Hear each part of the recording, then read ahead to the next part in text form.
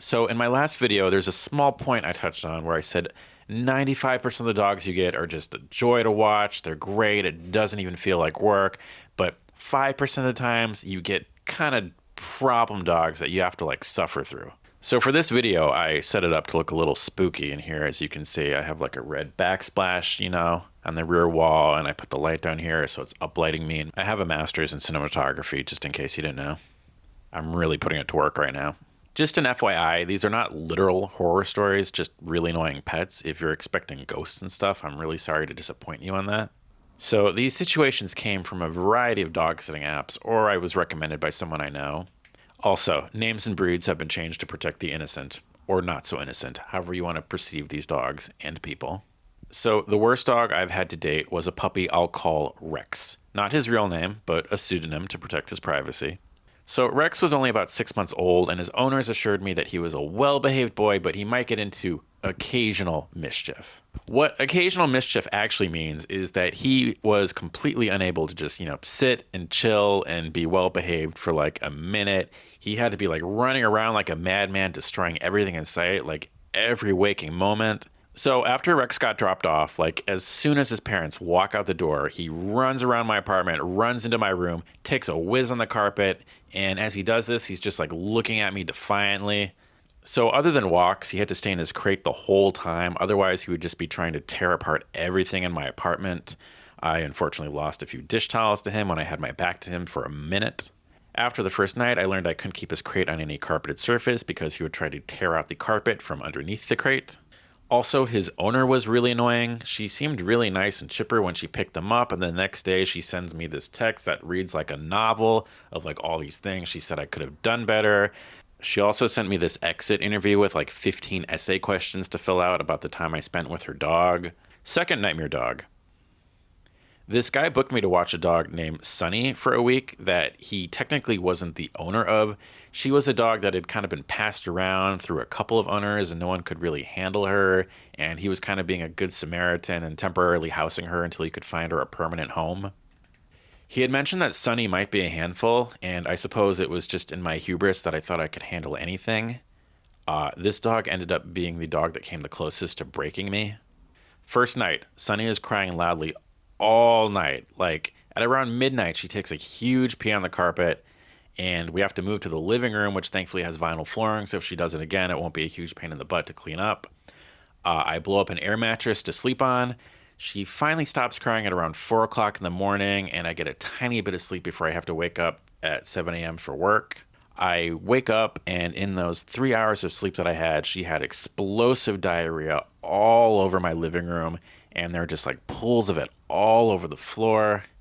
I take her out for a morning walk, and as soon as we get in the elevator to go downstairs, she just sprays diarrhea all over the floor of the elevator. The diarrhea was pretty much nonstop the entire rest of the day. Day 2. I've had plenty of dogs before with separation anxiety that yap nonstop when I'm not at home. I know this because I check in via camera. My apartment is newer construction, and the units are pretty well sound insulated, and I've never had complaints about it. So I go out on the second night after giving her some really heavy tranquilizers, putting her in her crate, and within 30 minutes, my phone was just blowing up with messages from several of my neighbors complaining about the dog noises coming from my apartment. Most of them said something like, "Hey, do you have a bunch of dogs there? They're just yapping nonstop." I check in my camera, and she's just like howling at the top of her lungs and just like violently thrashing around in her crate. Day 3. I'm running low on food, and I have to attempt to go to the grocery store. So I put her in her crate, and when I get to the grocery store, I check in on the camera, and it actually seems like she's doing okay. She's in her crate. She's kind of whining a little bit, but she's not going crazy.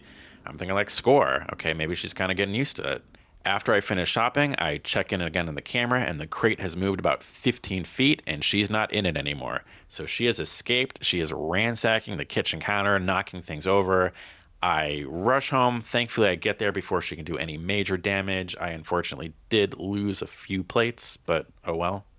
By day 3, I'm growing increasingly disillusioned that I'm basically under house arrest with that dog, and I'm seriously contemplating calling it quits and offering to take her to like a dog hotel or another facility.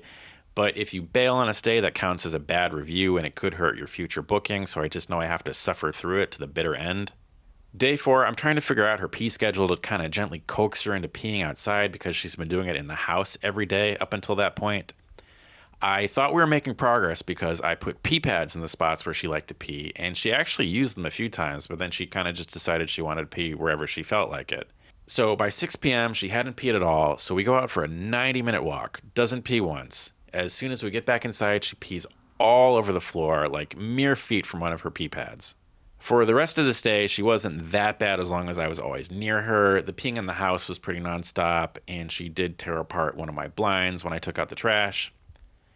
I feel kind of bad for her because I don't know who would want to take in a problem dog like that. Story 3. This isn't about a bad dog, but rather a weird owner. This woman books me to watch her dog, and she invites me over to her apartment for a meet and greet. She seems a little intoxicated and is wearing what I would describe as a very revealing cocktail dress. She also keeps trying to get me to sit down on her bed next to her, and I'm just like, I'm good standing, thanks. So I watched her dog a few times, but in hindsight, I probably should have said no. So she would usually want to pick up her dog really late, like 3 o'clock in the morning, and she would cheekily say stuff like, "Sorry for the late pickup. I bet you know what I do for work." I would just kind of deflect and say something like, yeah, sure, no problem. I had assumed she was a bartender, but later she kind of proudly told me she was actually a stripper. At one point, she basically asked me if I want to go on a date with her. I just said that I already had a girlfriend and had to respectfully decline. I have a pretty firm policy of not getting involved with my dog sitting clients, but have I ever broken that rule? I'll never tell. I stopped watching her dog because she got evicted from that apartment complex and moved to the other side of the city. Thank you for watching. I hope you enjoyed my horror stories. Like and subscribe.